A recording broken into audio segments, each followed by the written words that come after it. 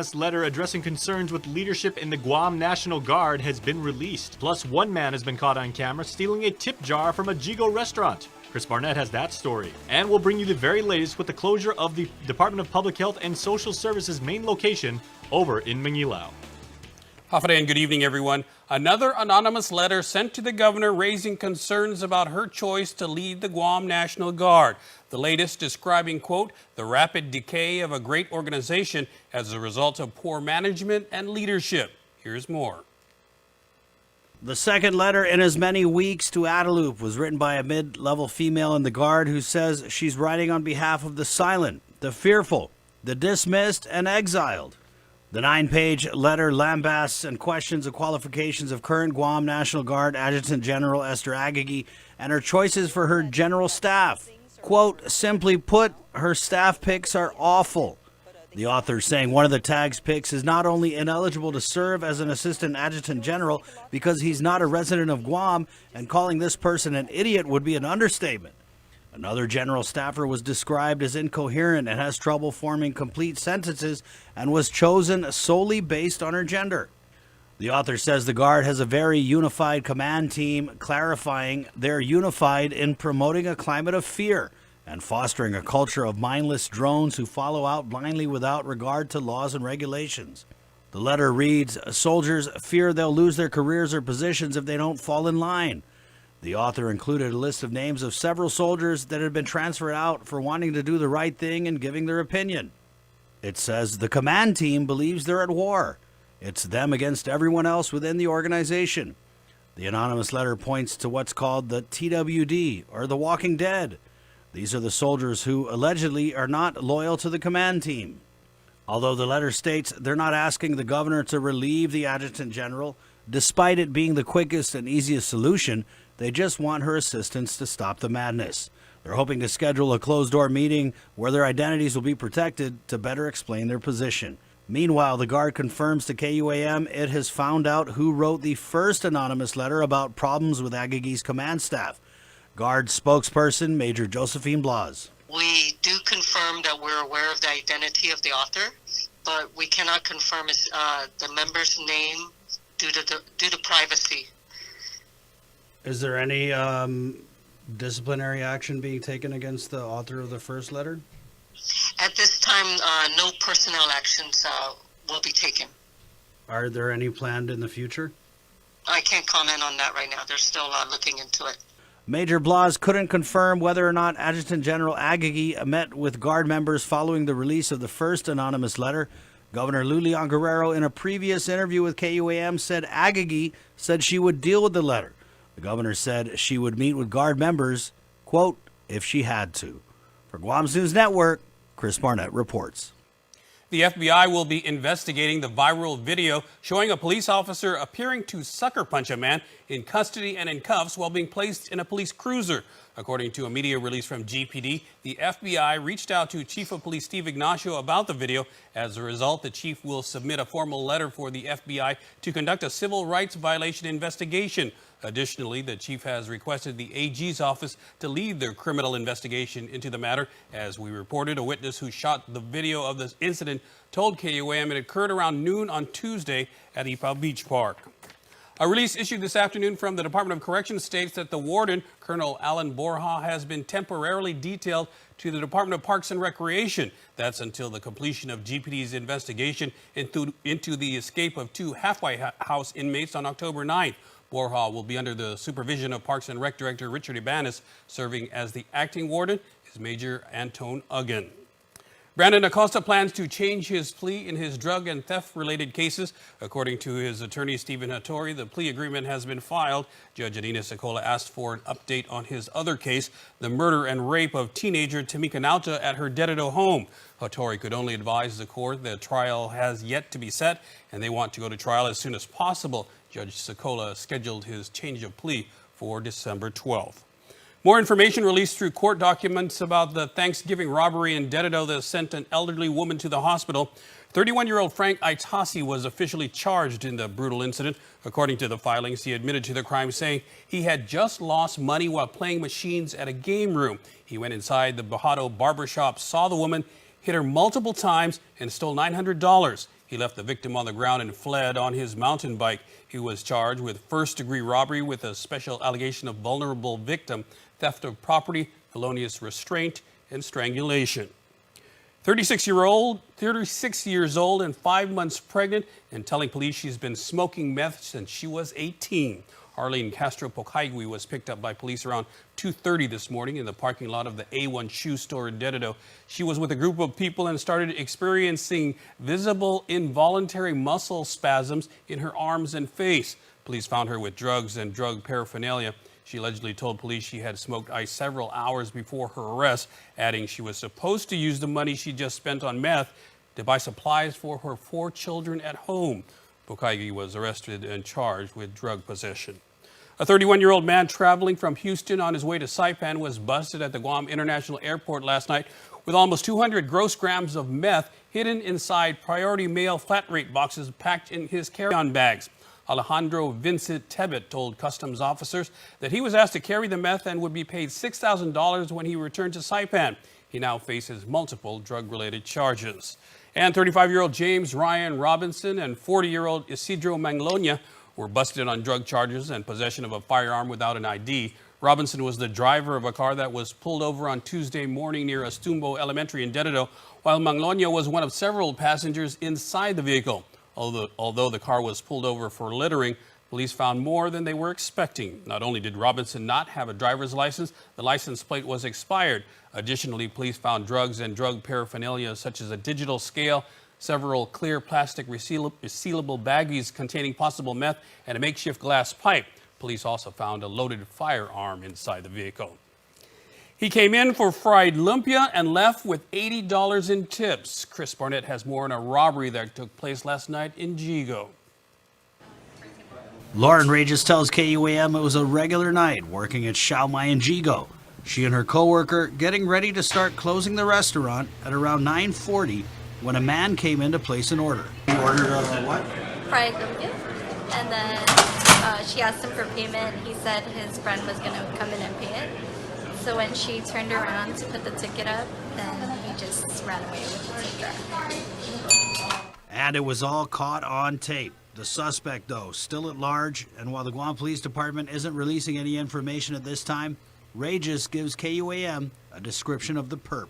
He looks like he's in his 40s. I'm not too sure what's his nationality. He's kind of dark complected and short hair. He was wearing a blue hat, gray shirt, and like black pants. She says her co-workers were shocked when the man ran out of the restaurant with the tip jar. We didn't try to go after him because she got scared that he might like attack her or anything. And after a long day of serving Jigo's hungriest, that tip jar was pretty full. I'd say around $80. We usually split it at the end of the night, but then outside we didn't get it. But Regis says the money doesn't matter. Actually, we're just glad that no one got hurt. And her advice to people as Guam suffers from a crime wave? Always be careful, and it's good to have cameras. For Guam's News Network, Chris Barnett reports. The governor doesn't want to wait for Congress anymore to free up money for war claims. She's expecting senators to take up a bill this month that will finally compensate the island's Manamco for their suffering during the war. The governor confirms she's had talks with lawmakers. The governor confirms she's had talks with lawmakers about passing the local war claims bill, and if they do, she will sign it. I think the speaker is going to call a session, and we will pass Bill 181, and we will work very feverishly to start paying out our war reparations for our Manamco. Millions of dollars to pay war claims has been tied up at the Treasury Department, which is awaiting passage of corrective legislation that would authorize the release of the money, which comes from taxes collected from federal employees here. The legislature and the administration had been holding off from passing local legislation at the urging of Congressman Michael San Nicolas, whose bill to fix the Treasury issue passed the Democratic House but has yet to be acted on by the Republican-led Senate. I don't have any official update from Congressman San Nicolas. I do know that there are some concerns about some of the a technical concern within the bill, and they're kind of working it together, the Senate with the House. And so he's on the side told me that probably won't be able to work on it till January or February of next year. And so I'm not going to wait. She says we owe it to the Manamco, who every day are passing on. The administration has already identified about $7 million it can tap to pay the first group of claimants identified by a federal war claims compensation commission. We're going to take a short break and be back with more news right after this. Get up-to-the-minute news, plus access to alerts, streaming radio, promotions, and more on your mobile device by downloading the KUAM News mobile app, available at the App Store now. We value relationships because when we commit, I love you guys until you're 80, until you're 90, until you're 100, forever. we are in it for the long run. So you can enjoy the moments that matter.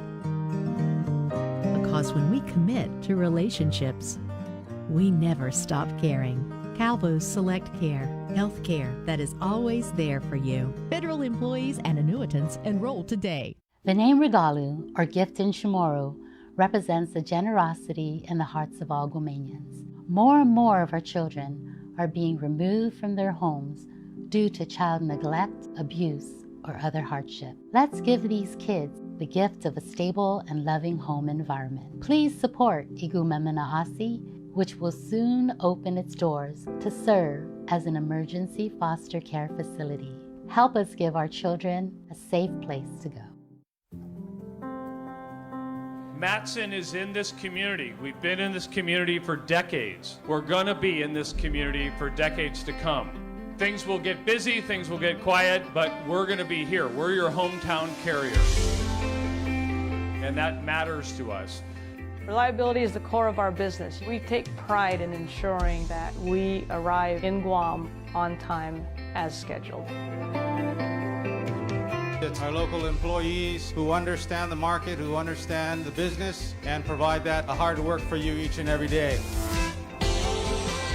When we hold ourselves to high standards, our customers also hold us to high standards. We establish good business relationships that turn into friendships. That's why it's so important to be here and be trusted by your customers. We want you to trust Matson like your friend, like your family. It's a special delivery to your inbox every week with your KUAM News Roundup, program advisories, and promotions. Sign up for the weekly KUAM Digital Digest today on KUAM.com. Welcome back. Antolon Middle School was broken into, several classrooms were damaged, and a laptop was set on fire. Chris Barnett has the story from the home of the Wildcats. Barrigada is seeing an increase in school break-ins. That's according to Antolon Middle School Principal Agnes Guerrero. With investigators from both the Guam Fire Department and the Guam Police Department on the scene at the school this morning as parents dropped students off for classes. While classes weren't canceled, students were routed around the areas being investigated. Guerrero says when her staff opened the school this morning, the first thing they noticed was a burning smell. They noticed automatically a burning smell, apparently. And so immediately they had assessed the campus and evidently noticed some debris as a result of a break-in in several of the offices. And we were determining what area or classroom the smoke apparently was coming from. And it was indeed one of the other offices. While classes were still held, parents were advised to keep children with respiratory problems home and that absence would be excused. Suspects broke into several classrooms, but one of them may have been injured. As Guerrero tells KUAM, police officers found blood in a trash can on the scene. She adds that the Antolon break-in is one of several school break-ins that have happened in the village recently. I've heard that neighboring schools had break-ins as well within the last weeks or so. So it apparently seems like it's a trend that's going around in Barrigada Village, which is really unfortunate, for majority of our students who really appreciate and respect our school. Having someone come into our school and do something to everyone to disrupt the learning is really unfortunate. If you have any information on the break-in or other school break-ins, please call GPD Dispatch at 8615-7 or leave a tip online at GuamCrimeStoppersWeb.com. For Guam's News Network, Chris Barnett reports. The main public health center in Manila remains closed indefinitely after an electrical fire last week. Services normally provided there are being moved to other DPHSS locations. The fire department declared it a safety hazard because of faulty wiring. Here's the latest. Public Works is now doing a full assessment, and DPW Director Jess Garcia says it appears the electrical load has become unbalanced after 46 years of add-ons. New sections of the building were added, new air conditioning systems. They had a central unit before, and now they're running split units, equipment, computer upgrades and stuff like that. So the original building, when it was designed, wasn't designed for all of these other additional stuff. So they added more electrical loads onto the panel. Public Health is still trying to move out of the building as employees are being dispersed to other offices. DPHSS is looking to lease some additional space temporarily. We caught up with a very busy director, Linda DeNorsi, who says their top priority now that the SNAP and CAP programs are back online is ensuring critical records are safe. These are vital information of all our patients that come into the Department of Public Health. And so you can see all my staff are working so diligently in getting all the boxes assembled. Come over here. This is our medical records. We want to assure the public that your records are safe and that they're all being boxed in and numbered so that there's no error. We're going to secure them in a safe place. And that part of the contingency plan, of course, is to move those vital records and keep them safe. And also our Office of Vital Statistics is another record that we want to make sure that we are in good shape. She says the smoke coming from the building last week may have come from the Vital Statistics section, but there was no fire damage. Meanwhile, DPW's Garcia says there's no timeline yet for when the assessment will be done or when and if the building will be reopened. In order for us to get the building back to open, we have to bring it up to code, and then right now the engineers are estimating what it's going to cost to bring it up to code, and from there we will take what our next steps are. For now, it remains closed, and those in need of the many services Public Health provides will have to go to one of their other offices. Call ahead to the Northern and Southern Health Centers or the Castle Mall office in Mangilao. The University of Guam says it did not spend nearly $500,000 to defend itself against an equal employment opportunity complaint filed by Associate Professor Ron McNinch. UOG President Thomas Christ made that clear in a response letter to Speaker Tina Barnes today. McNinch had claimed he was passed over for promotion because he was outspoken about alleged minority discrimination at UOG. Barnes had raised concerns about what she said was some $456,000 in legal fees spent by UOG, but Christ says that was the total for contracted fees over a 6-year period and not just the McNinch litigation. Christ says they ultimately settled to avoid spending additional time and thousands more dollars defending against the lawsuit. Barnes had also questioned why the school did not provide details of the settlement, which she said was required by local law. But Christ said the legal action filed by McNinch is not covered under that law and so does not require reporting to the legislature. He adds that the parties also agreed to a non-disclosure clause, and he questions why McNinch is now seeking to unseal the court records. McNinch reportedly received $10,000 in the settlement. Drive sober or get pulled over. That's the message this holiday season from GPD's Highway Patrol Division and DPW's Office of Highway Safety. Governor Leon Guerrero kicked off the campaign by signing a proclamation declaring December National Drunk and Drug Driving Prevention Month. Police Chief Steve Ignacio urges the public not to drink and drive, and if you had too much to drink, use a designated driver. We look forward every year to our campaign. It's a campaign that we do to keep our drivers safe, and we understand that, as Mr. Ariola said, during the holiday season, we expect that more people will be in a festive mood, and therefore they may make the poor decision to get into a car and drive. And so it's our job as law enforcement and partners to get out there and make sure that we keep our roadways safe. GPD says it will be implementing high visibility, zero tolerance enforcement on the roadways throughout the holiday season. Tumon is lighting up for the holidays on Thursday with the opening of the Guam Visitors Bureau Holiday Illumination Park. At 6 p.m., head to the park next to the Tumon Sands Plaza for the tree lighting ceremony. It will then be open from 6 to 10 p.m. Mondays through Wednesdays, and 6 to 11 p.m. Thursdays through Sundays.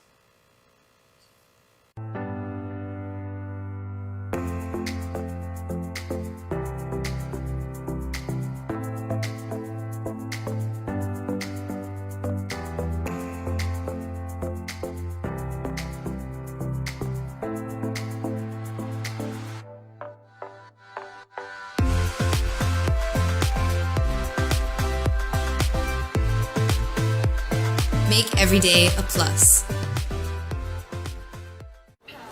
Okay. Can you connect me to Alan, please? Attention passengers of flight AJ3004, your flight has been delayed.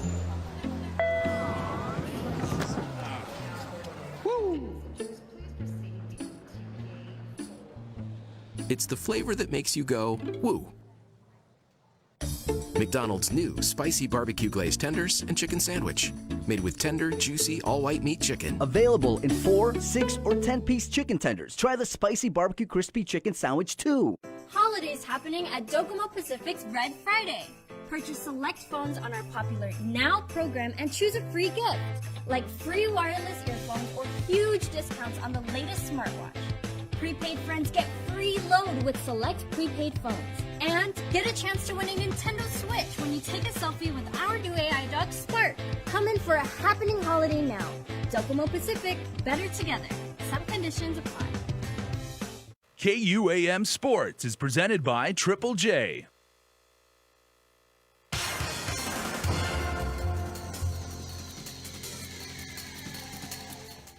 What's up, Guam? Dave Delgado here for KUAM Sports. Thanks for watching. In studio, men's basketball coach for UOG, Dana Holmes. Man, 20-plus years of coaching experience. Let's talk about the middle school and high school level and now transitioning to the head coach job at UOG. Yeah, I started out coaching in New York, middle school level first. That was like my startup and coaching younger kids and working with the youth. And then I just gradually continued to go up and coach at the high school level. And I coach elementary too at camps and stuff like that. Then I moved out here and opportunity came to coach at UOG and you know, blessing, the door opened up for me and I just took advantage of it and you know, working to get this program on the right track. Yeah, so this early in coaching for the Tritons, what are some of the things you're trying to implement with the culture there at UOG? Yeah, I'm just trying to bring, you know, getting the guys to just have like a real competitive spirit and just really get after it and just not be afraid to fail and just play with like a high energy and just have like a winning attitude.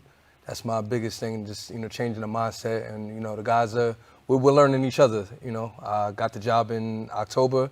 So, you know, we're still getting accustomed to each other. I'm learning the guys, they're learning about me. So, you know, we're in this together on this journey together. Yeah, and it's a little different not having a true big man there at UOG. And the style of basketball here is a little different on Guam. Right. So, you know, I'm trying to get the guys to play fast-paced. It is a little difficult not having a big guy, but, you know, I learned from early on you got to work with what you got. So, you know, we have a lot of quickness, speed, so we try to use that to our advantage and play fast and just play tough. And let's talk about some of the short-term and long-term goals there at UOG. Right. I just want the guys to use this opportunity, use this platform to, you know, further their education. I want to bring, eventually I would like to bring like some overseas scouts to come take a look at the guys. I would like, you know, guys to use this to springboard into playing professional basketball as well. Yeah, and I think that's the main thing. First off, get your education and then get these guys to the next level, which is semi-pro professional basketball. Right, yeah. So I just want to make this college experience like the best, you know, the best possible.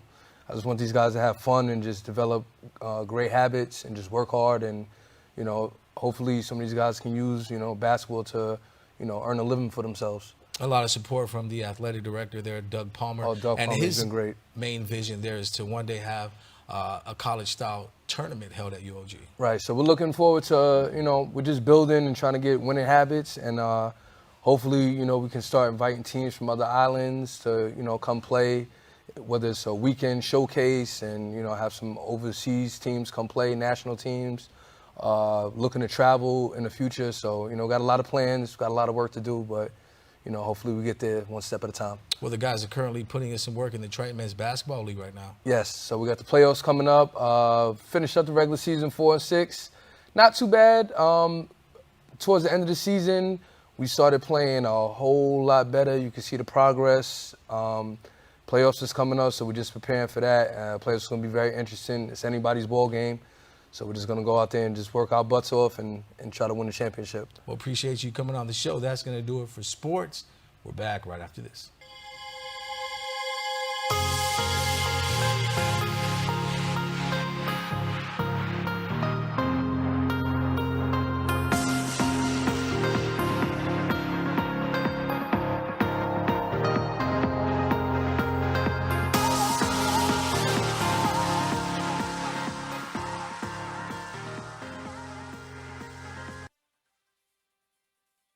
Guam's auto appearance specialist, Elegant Reflections, has been providing the automotive industry with professional detailing and car care products at its highest quality, from complete detailing, full interior detailing, exterior detailing, headlamp restoration, hand washing, seat and carpet shampoo, engine degreasing, undercarriage cleaning, paint sealant, fabric protection, paint oxidation removal, and so much more. Visit us at our new location. Call 646-5555 for an appointment. Elegant Reflections, Guam's auto appearance specialist, over 20 years of experience.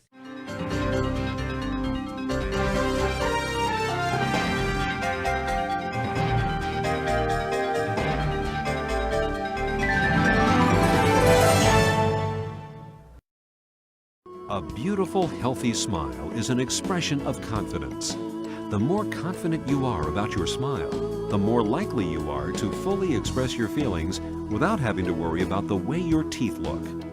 Before cosmetic dentistry, I didn't smile as much. I didn't have the confidence, and it shows. And since I've had cosmetic dentistry done, I feel 10 times more confident. I make my initial introduction with a nice big smile and a handshake, and I just feel like it really is a relationship builder, a nice warm smile, and it makes the clients and customers feel more comfortable with you, feeling confident, and they feel that you're not just there for business, that you're also there kind of as a friend as well. So, I mean, it's amazing how powerful a smile can be. A good smile. Since your smile makes a significant impression on those around you, it is important that it makes the impression you want it to make.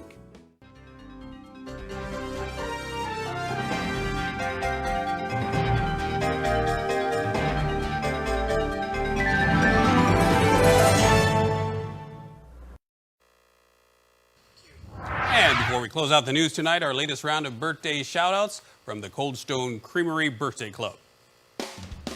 Birthday time! Happy birthday to Holly Gordon Perez, who celebrates a birthday today. And happy birthday to Bobby Salas. Birthday blessings coming from your familia. For the both of you and everybody who was born today on Guam and the world over, happy birthday from all of us at Cold Stone Creamery and your friends at KUAM. And remember, you can be a part of the Cold Stone Creamery Birthday Club by registering online on KUAM.com. Please make sure to include with your photo your name and birth date. And that'll do it for us here on the news desk. Stay tuned. Jason is up next with Extra. We close out with the sights and sounds from last night's gingerbread housewarming at the Hyatt Regency Guam.